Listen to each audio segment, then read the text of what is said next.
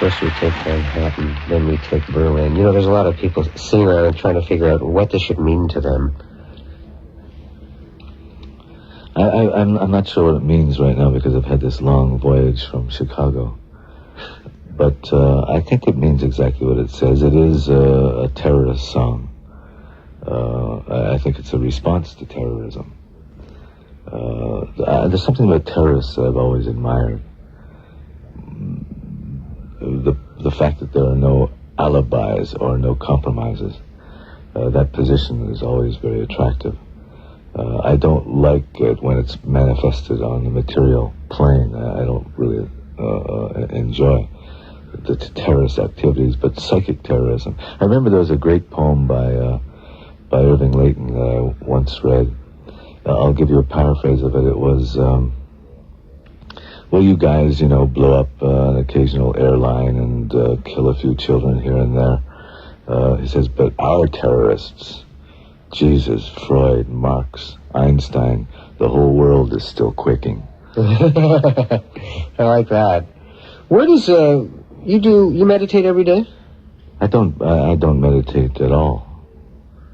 Occasionally I go off to a monastery, spend a month or two, and participate in the life of that community. Usually when a certain level of bewilderment becomes impossible to sustain, I'll just cool myself off in one of those places. What bewilders you the most these days? I mean, there's a lot of people who feel very impotent in the face of a world they see devolving around them. What do you hold hope? Do you hold fear, or both in equal measure?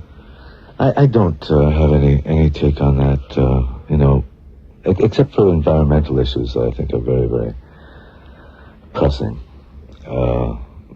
Just the natural changes in our political story. I can't really get upset about those. Right, that's sort of issues. The sideshow of politics and power. Yeah, I mean, I wouldn't denigrate it by calling it a sideshow or anything like that. It's just that those don't seem to be the matters that, destabilize me. Yeah. There was a time when I was talking to a friend of mine who said that he thinks that some of the people of our time would have been preachers if they weren't artists, and another time where that would have been the way to get your message across, they would have been preachers. Do you see yourself sometimes that way? Well, I was brought up to consider myself a descendant of the high priest. A Cohen.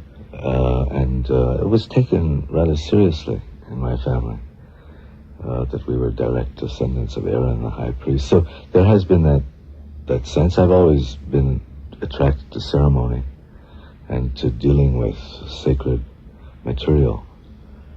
Maybe that's in the blood. And although you can say nasty things about the dogmatic position, there's something very beautiful and clear about that position. I don't mean when it's applied to trying to get the youth to stop masturbating. I don't mean when it's applied in a repressive way, but a cosmology that is very, very clear and very articulated in a very shining and open and detailed way. Those systems have always interested me very much. When you were talking it just now, I thought about how often people associate you with a sexual element in their lives, that you will talk about sex or the lust for life or that. And I wonder now, with an age of AIDS, an age of fear, whether people are open to hearing about their own sexuality, or yours for that matter. I think these are major concerns. It's a matter of finding an appropriate form of expressing these things. I like most of the forms. I mean, I like all kinds of smut, and I also like very high-toned revelations of this interest. I find the whole matter totally engrossing. Yeah. But do people find... I don't think that I am unique in this respect. No, nor do I. No, but I think for a lot of people it's a deep, dark secret. It's an obsessively dark secret. What is it to you? Is I it don't think it's very secret anymore. it's banal now? What are you talking about? Well, I think it is. It is kind of banal, and I think it takes, the great performances of the imagination to be able to illuminate this matter in any significant way. Because we have on every newsstand, 100 magazines dealing with this. On television every night we have